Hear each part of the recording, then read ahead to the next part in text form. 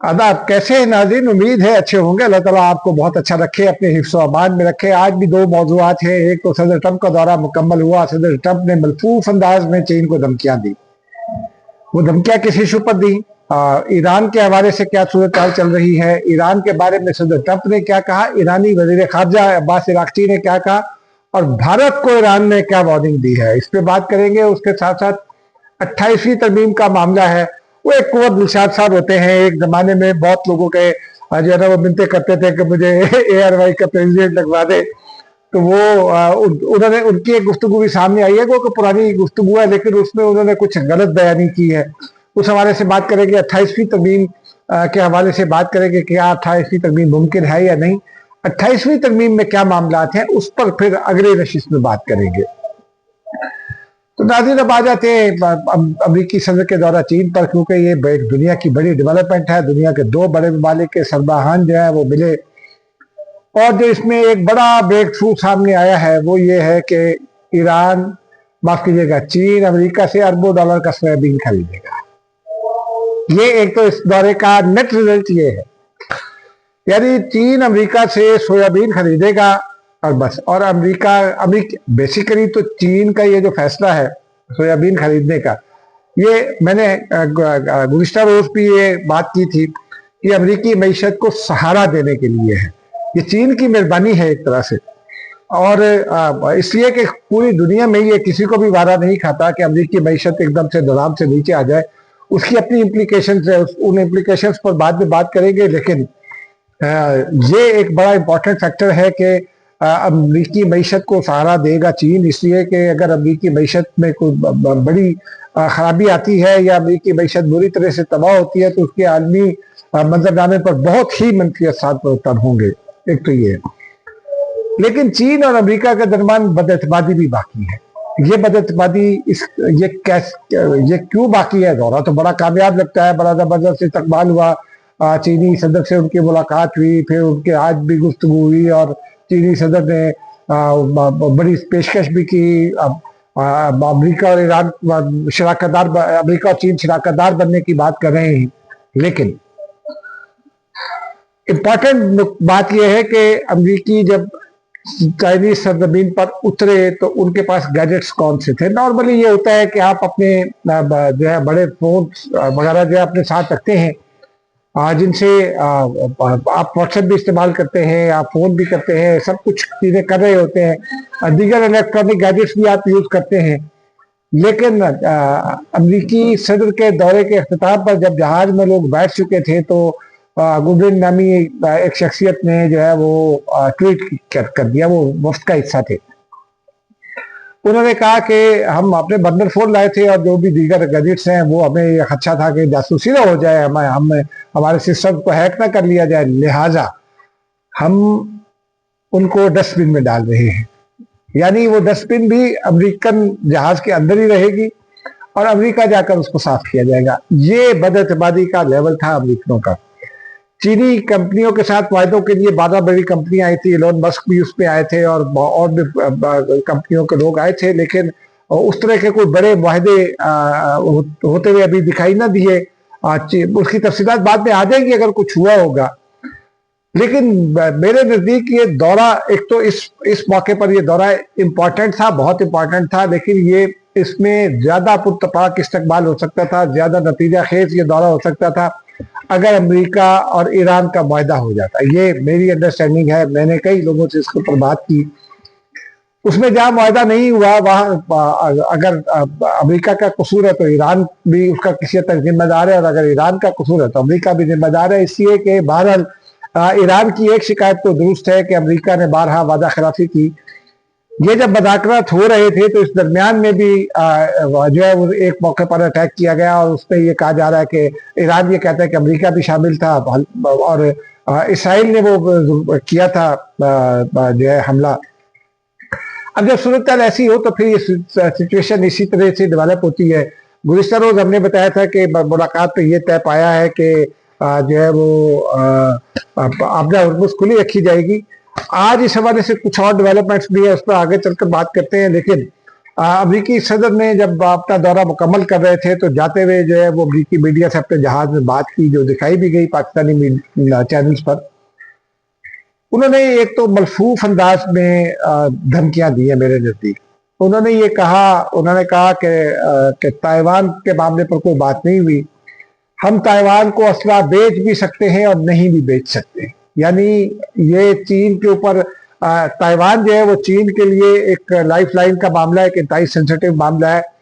और पाकिस्तान जो है वो चीन के साथ दोस्ती और में जो एक एतमाद का रिश्ता है, उसकी एक बड़ी वजह जो है वो, उसमें और बेशुमार फैक्टर्स हैं, लेकिन उसमें एक फैक्टर जो है वो ताइवान भी है, क्योंकि पाकिस्तान वन चाइना पॉलिसी का अनइक्विवोकल जो है वो सपोर्टर है। बहुत दो टोक अंदाज में पाकिस्तान ये समझता है कि वन चाइना पॉलिसी जो है वो होनी चाहिए। पाकिस्तान की वन चाइना पॉलिसी है। पाकिस्तान ताइवान को चीन का हिस्सा समझता है, इसलिए पाकिस्तान ने ताइवान को कभी सफारत खाना खोलने की इजाजत नहीं दी, ना उससे कुछ सफारती ताल्लुकात रखे हैं, ना ही उस हवाले से पाकिस्तान कभी कोई प्रोग्रेस करता है और ना ही सोचता है। भारत ने दलाई लामा को भी पनाह दे रखी है, वो तिब्बत के हवाले से, जो अगेन चाइना के लिए एक पिंचिंग प्रॉब्लम है, लेकिन भारत भी ताइवान को सपोर्ट करता है। ताइवान का सफारत खाना भी भारत में मौजूद है। तो ये बड़े फैक्टर्स होते हैं फॉरेन पॉलिसी में। दूसरा, उन्होंने, अमेरिकी सदर ने यह भी कहा कि आपदा हुर्मुज़ खुली रहेगी, और उन्होंने ईरान के हवाले से ये कहा कि और फिर उन्होंने चीन के हवाले से भी कहा कि चीन का कारोबार करता है, बड़ा शराकतदार है चीनी कंपनियों पर। अलबत्ता उन्होंने ये ऐलान किया कि चीनी कंपनियों पर अभी हमने पाबंदी नहीं उठाई, उस पर गौर करेंगे और हो सकता है उठा लें। वो चीनी कंपनियां जो ईरान के साथ तिजारत करती हैं, उनके हवाले से पाबंदी है। ईरान के बारे में उन्होंने ये जो जुमले हैं उनके, ये बड़े इंपॉर्टेंट है, ये बड़ी लचक का उन्होंने मुजाहरा किया है।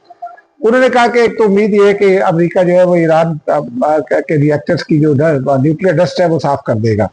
ठीक है, ये तो अच्छी बात है, लेकिन उन्होंने एक बड़ा ही सिग्निफिकेंट बयान दिया है। उन्होंने ये कहा है कि ईरान अगर 20 साल तक जो है वो एटम बम ना बनाने का ऐलान करे तो ईरान से वायदा हो जाएगा। यानी वो एक बार फिर मजीद लचक का मुजाहरा कर रहे हैं।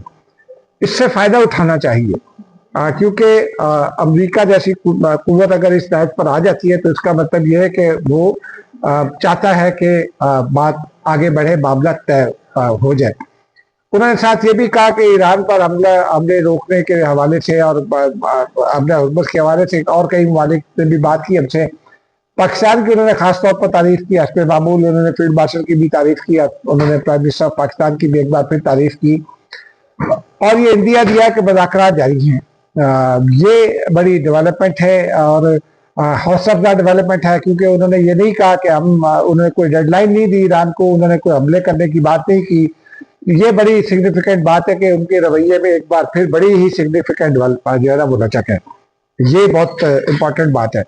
उसके साथ साथ अगर हम ईरान का रद्द-ए-अमल देखें तो अब्बास अराग़ची साहब ने आज जो मीडिया से गुफ्तगू की, उसमें उन्होंने ये कहा कि उन्होंने अमेरिका को जिम्मेदार करार दिया। अमेरिका चीन को, माफ कीजिएगा, अमेरिका ईरान को करार देता, लेकिन उन्होंने जिम्मेदार ईरान को करार दिया। उन्होंने कहा कि जी वो अमेरिका ने हमले किए, 3 बार हमने मुज़ाकरात के दौरान हम पर हमले किए, और ये ठीक बात भी है कि जब पहला हमला हुआ, उस पुराने हमले की बात नहीं कर रहा, इस मरतबा जो हमले हुए और वो मुज़ाकरात चल रहे थे, तो पहला जो हमला हुआ वो IAEA के मुज़ाकरात चल रहे थे, और जब दूसरा हमला हुआ तो उस वक्त भी IAEA के मुज़ाकरात ही चल रहे थे।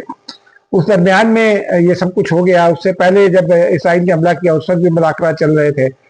तो ये सारी चीजें जो है वो बड़ी ही अमेरिका को भी सोचना चाहिए। उसकी साख का मामला है, वो सुपर पावर है, तो इसका मतलब ये तो नहीं है कि वो जिस तरह चाहे झूठ बोले और उसको लोग तस्लीम करते रहेंगे। सुपर पावर्स को अपनी पोजीशन संभालने के लिए बहुत कुछ करना पड़ता है, और ये अमेरिकी सदर को भी जो है वो इस बात का अंदाजा होगा। लेकिन उन्होंने इराक़ची साहब ने ये कहा कि हम मुज़ाकरात के लिए तैयार है। साथ उन्होंने ये भी कहा कि अगर कोई लड़ाई करना चाहता तो हम उसके लिए भी तैयार है। ये सख्त रवैया है। मेरे ख्याल में ईरान को भी अब थोड़ा सा अपने उससे नीचे आना पड़ेगा। और मेरी इतला ये है कि ईरान और अब्बास अराग़ची साहब की आज की जो लैंग्वेज थी वो भी इस बात का पता देती है कि ईरान ने भी लचक का मुजाहरा किया है। तो दोनों को आप इक्वल नंबर दे सकते हैं। मैं तो देता हूँ कि उन्होंने उनकी खातिर जो है वो अपने आप को अपनी पोजीशनों से पीछे हटाया है। अलबत्ता यूएई के बारे में ईरान की पोजीशन तब्दील नहीं हुई। उन्होंने यूएई का नाम दिए बगैर कहा कि एक मुल्क ने जो है वो हम पर हमले के लिए सहूलत फराहम की। हालांकि ईरान ने तो सऊदी अरेबिया, बहरीन और कतर सबको निशाना बनाया था, लेकिन खास तौर पर उन्होंने यूएई की जानिब इशारा करके कहा कि उन्होंने लॉजिस्टिक्स प्रोवाइड की, सपोर्ट प्रोवाइड की, ये वो स्पेस फराहम की, ये सब चीज़ें उन्होंने बताई। और उस यूएई के हवाले से उनका रवैया बड़ा ही जो है वो सख्त है। उसकी वजह समझ में भी आती है। यूएई और चाबहार, दुबई और चाबहार, ये जो बंदरगाहें, ये एक दूसरे की राइवल बंदरगाहें भी है और ईरान को ये कबूल नहीं। ये भी डिप्लोमेसी में ये देखा जाता ना सारी चीजें। तो ईरान की अगर दुबई की बंदरगाह जो इतनी चलती रहेगी तो चाबहार के इम्कान कम हो जाएंगे, ये भी एक बात होती है। लेकिन ईरान अपनी हवाले से, दुबई के हवाले से जो इसराइल के साथ उनके ताल्लुकात हैं उस पर ज्यादा सेंसिटिव है ईरान। इसराइल के साथ उन्होंने वादा तो कर लिया, हालांकि ईरान के खौफ से उन्होंने और वैसे मेरा ख्याल है कि यूएई सच बोल रहा है कि उनका इसराइली वज़ीर आज़म ने दौरा नहीं किया ईरान का, यूएई का इस दौरान में। लेकिन बहरहाल और ईरानी रवैये में टुवर्ड्स दुबई आज फिर एक और बात भी उसमें उस रवैये का इजहार है। उनसे जब इंडिया के बारे में ये सवाल हुआ तो उन्होंने कहा कि इंडिया को ये फैसला करना है कि वो ईरान के साथ दोस्ताना ताल्लुकात रखना चाहता है या दुश्मनी पर मबनी। यानी वो भारत को वार्निंग दे रहे हैं कि इंसान बने। ये बड़ा इंपॉर्टेंट बात है। तो भारत अब देखते हैं आगे चल करके अगले दिनों में क्या डेवलपमेंट होती है। इस वक्त तक अब दूसरे मौजू की जानिब आ जाते हैं। पाकिस्तान के अंदर 28वीं तरमीम की बात हो रही है। अब इसमें सूबों से इख्तियारात लेने हैं और बहुत कुछ भी करना है, नए सूबे भी बनाना चाहती है हुकूमत। तो ये यहाँ लोगों का बड़ा एक तस्वुर है। उनको अनमोल पिंकी को गिरफ्तार कर लिया तो आसिफ जरदारी दबाव में आ जाएंगे। आसिफ जरदारी को बीमार हो गए हैं, वेंटिलेटर पर हैं। ये कुंवर दिलशाद साहब आज फरमा रहे थे आसमा चौधरी के साथ गुफ्तगू करते हुए। उनकी मैं कुछ मालूमात दुरुस्त करना चाहता हूँ, लेकिन उससे पहले एक और बात भी है। कुंवर दिलशाद जैसे कैरेक्टर जो होते हैं ये ज्यादा पढ़ते लिखते भी नहीं है, ये बस हवा के साथ चलने की कोशिश करते हैं, कहीं ना कहीं अपने आप को एडजस्ट कराने की कोशिश करते हैं। मुझे जाती इल्म है कि जब ये इलेक्शन कमीशन से रिटायर हुए तो मेरे एक भाइयों जैसे बुजुर्ग दोस्त हैं, वो मुझसे बड़े भाइयों जैसे दोस्त हैं, जिंदगी में हमेशा मेरी मदद उन्होंने की है। हर मुश्किल में मेरे साथ खड़े हुए होते हैं और मैं भी उनका छोटे भाइयों की तरह जो है एहतराम करता हूँ। उनके भी ये मिन्नतें तक करते थे कि मुझे प्रेसिडेंट लगवा दे, और वो ARY चैनल का कई और चैनल्स में भी प्रेसिडेंट लगने की कोशिश करते रहे। यानी वो उनकी ये कोशिश थी कि बस मैं रिटायर हो गया तो मैं अब कहीं और जाकर अपना जो है ना वो मुश्तल हूँ।